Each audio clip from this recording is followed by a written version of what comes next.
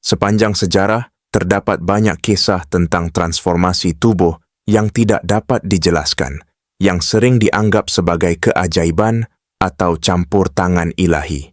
Teks-teks purba dan kitab-kitab agama mencatatkan kes di mana individu mengalami perubahan fizikal yang tidak dijangka yang bercanggah dengan pengetahuan perubatan pada zaman mereka. Begitu juga, sains moden menyatakan bahawa transformasi tubuh secara semula jadi, seperti pertumbuhan semula rambut, tidak berlaku pada usia 49 tahun, terutamanya bagi individu dengan keguguran rambut akibat genetik. Walau bagaimanapun, dalam kes Syed Muhammad Qasim, sejarah nampaknya sedang berulang. Meskipun terdapat dakwaan perubatan, beliau menyaksikan pertumbuhan semula rambut tanpa menjalani sebarang pemindahan atau rawatan perubatan.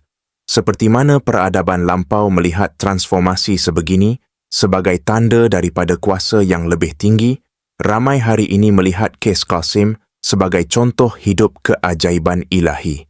Pengalaman beliau bukan sahaja bercanggah dengan pemahaman saintifik, tetapi juga menggemakan kisah-kisah sejarah tentang perubahan fizikal yang tidak dapat dijelaskan yang telah memukau manusia selama berabad-abad.